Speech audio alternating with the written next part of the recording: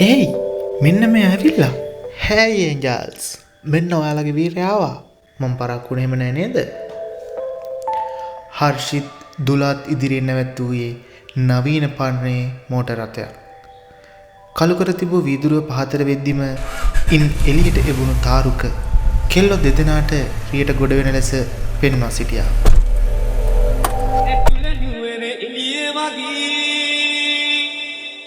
අම්මෝ මේක ඇතුලේ සුවඳ. දුලෝ අද නම් මෙයා මේකේ තනියම නම් වෙන්න බෑ ආවේ. හර්ෂිගේ ඇස් දිලිසෙන්නට වුණා. ඇයි ඉදිරි අසුනේද දුලා පිටුපස් අසුනකටද ගොඩ වුණේ? ඔවුන්ට හුරු පෙරුදු ලෙසටය.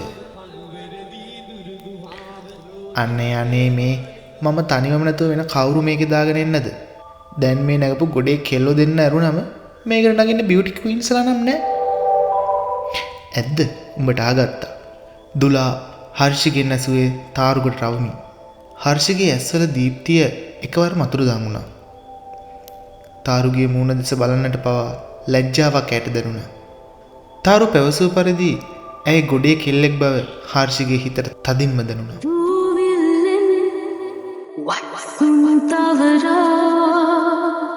උමර කුමරියන් වී ලෙංගතු ඇසුරේ.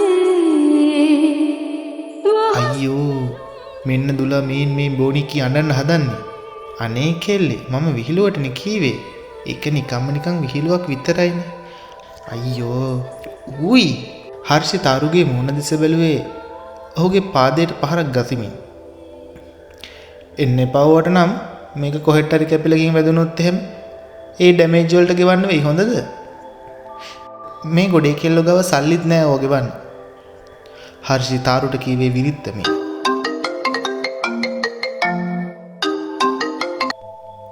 කවුද බං ඔය මංගලද?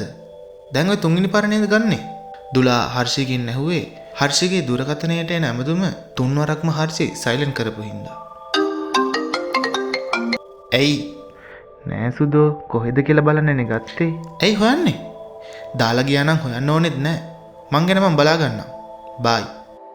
අම්මෝ මේකගේ සැර. හර්ෂි තාරු දෙස බැලුවේ ත්‍රාවමි. තාරු මොන හරි බොනවද? තුලා ඇහුවේ රේන් බහින්නට සැරසීද. දැන් එපා ඩාලි. ඔයාලා ඉක්මනට චේන්ජ් කරන් එන්නකෝ. අපි දැනටමත් ටු ලේට්. හර්ෂිත් දුලත් රියන් බැස්සේ දුලාගේ නිවස වෙතට යන්න. තාරු නැත්තම් තාරුක විජේ මහ. හර්ෂිගේ දුලාගේ පාසල් කාලයේ සිටම යාළුවෙක්.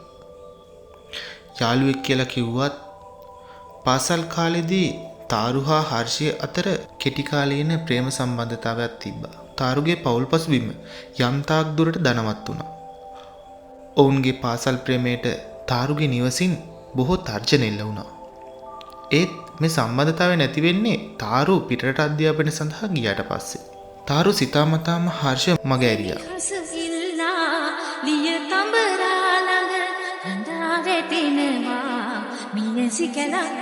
අපුරු මලක පෙති සිඳ බිඳ දෙම්වා මලට වඩා විෂ බමන. හර්ෂි ඒලෙවල් පවා ගොඩදාගත්තේ බොහොම ආයාසයකින්. මොකද ඇය ඒ වෙනකොටත් විරහව මහා මේරුවක් වගේ ඉහමත දරාගෙන හිටපු කාලයක්.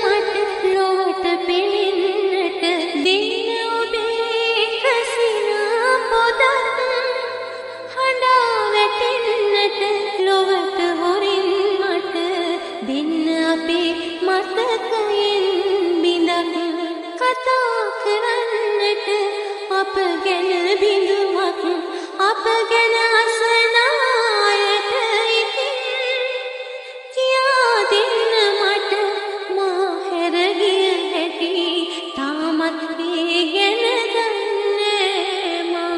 තාරු නැවත ලංකාවට පැමිණෙන්නේ අවුරුදු 4කට පස්සේ. හර්ෂි ඔහු පැමිණි බව පවා දැනගන්නේ දුලාගේ.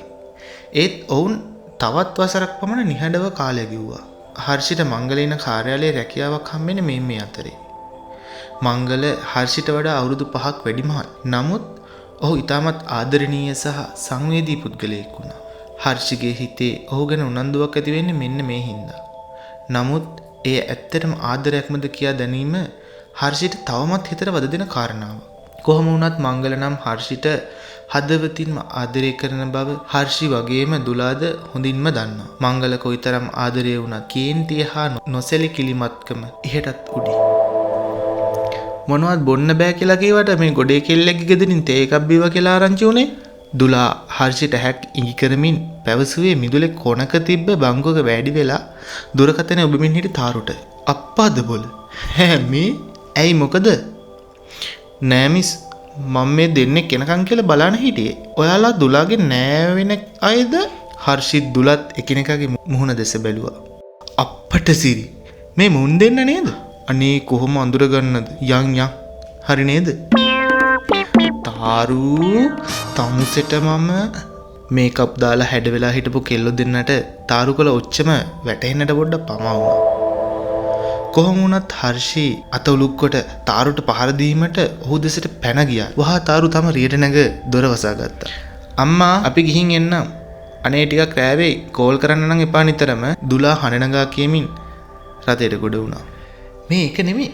කොහෙද මේ පොෂ් කෙල්ලෝ දෙන්න යන්න හදන්නේ?" "අනේ මේ තාරු ඒ අසමින්ම රිය පණ ගන්නුවේ නැවතත් ඔච්චමට වගේම හර්ෂව කේන්ති ගැසීමට." සිලිවන්ති කෝප නොවේවි ශාන්ත දාන්ත වේ කෝපය නැ නෙත බැලුවම තීගේ කෝපය නැ. රාත්‍රී 10යි.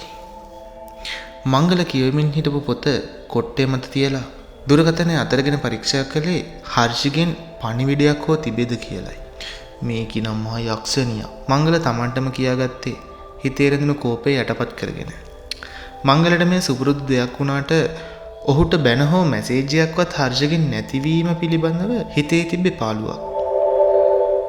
තම දුරකථනයේ ඇති හර්ෂිගේ ඡායාරූපයක් දෙස මොහොතක් බලාන හිටපු මංගල මහා මෝඩ කෙල්ලෙක්. කවදානම් මව තේරුම් ගනීද මන්දා. වැඩේ ගැන මට තමුසෙ නැතුවත් හිත හදාගෙන ඉන්න බැරි හැටින් මෝඩි. ගගනීතියමා කැදලී නොවමා ඔබ ආගියදා සිතමායින්නේ උම්මතු වෙලා ඔබ දේගුණ්‍ය ආකාසයේ. මංගලගේ දුරකථනයේ WhatsApp එකට නන්නා දුරන අංකයකින් ඡායාරූපයක් පැමිණි බවට නොටිෆිකේෂන් එකක් එනවා.